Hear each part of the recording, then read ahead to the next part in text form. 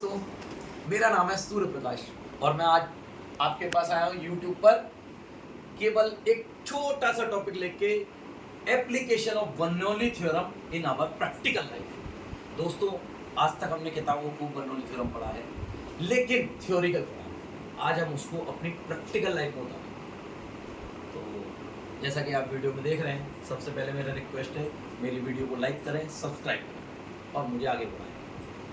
तो दोस्तों, आज बात करते हैं बर्नौली थ्योरम के प्रैक्टिकल पर। आपने अक्सर सुना होगा, ट्रेन चलती है, आदमी उसकी तरफ खींच जाता है। क्यों? आंधी आती है, झोपड़ी पे से टीन ऊपर ही उड़ती है। क्यों? दोस्तों, ये कुछ दो लाइव एग्जांपल है जो कि बर्नौली थ्योरम के बेस पर काम करते हैं। अब मैं इनको बर्नौली थ्योरम से कनेक्ट करके आपको दिखाता हूँ हाउ कांट इट पॉसिबल, ये कैसे संभव।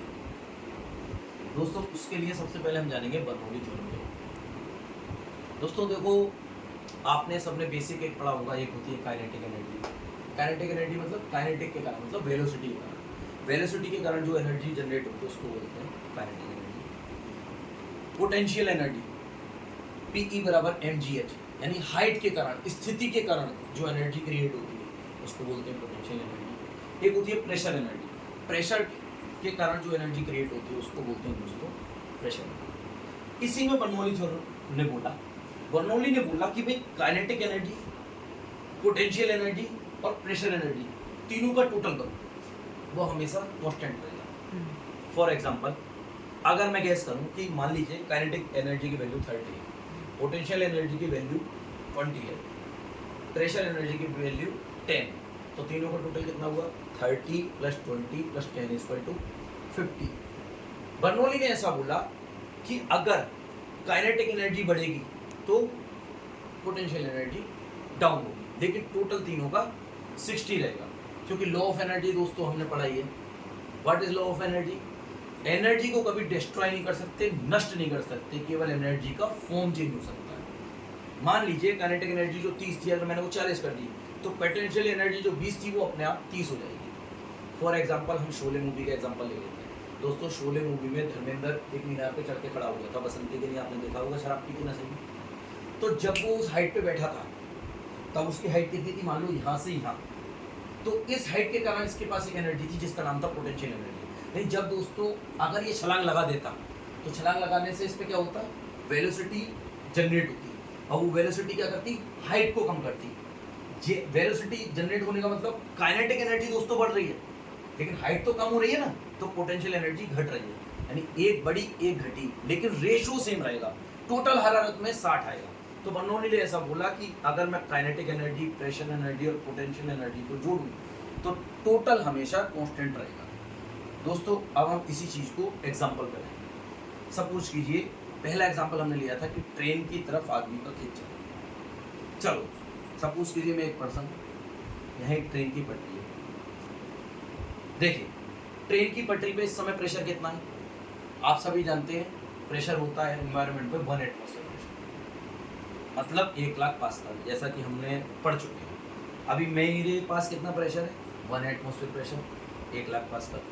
तो दोस्तों, अकॉर्डिंग टू मूवमेंट, मैं यहाँ से यहाँ मूवमेंट नहीं करूँगा। क्यों? क्योंकि प्रेशर सेम है, और मूवमेंट करने के लिए प्रेशर चेंज होना जरूरी है या प्रेशर ड्रॉप होना जरूरी है। जैसा कि हमने पढ़ा है फिजिक्स में, कोई भी चीज कब मूवमेंट करती है? हाई प्रेशर से लो प्रेशर की तरफ। अभी मेरा प्रेशर कितना दोस्तों? 1,00,000 पास्कल, 1 एटमॉस्फेयर प्रेशर। ट्रेन की पटरी का प्रेशर कितना है? 1,00,000 पास्कल, 1 एटमॉस्फेयर प्रेशर। तो मैं यहाँ से यहाँ नहीं खींचूंगा। अभी दोस्तों ट्रेन आई, क्या हुआ दोस्तों? ये छुक छुक छुक छुक क्या हो रहा? यहाँ एक वेलोसिटी जनरेट हो रही है। और बर्नौली ने साफ बताया था, क्या बताया था बर्नौली ने?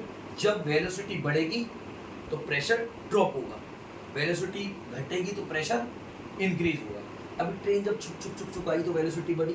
इस वेलोसिटी ने दोस्तों क्या करा?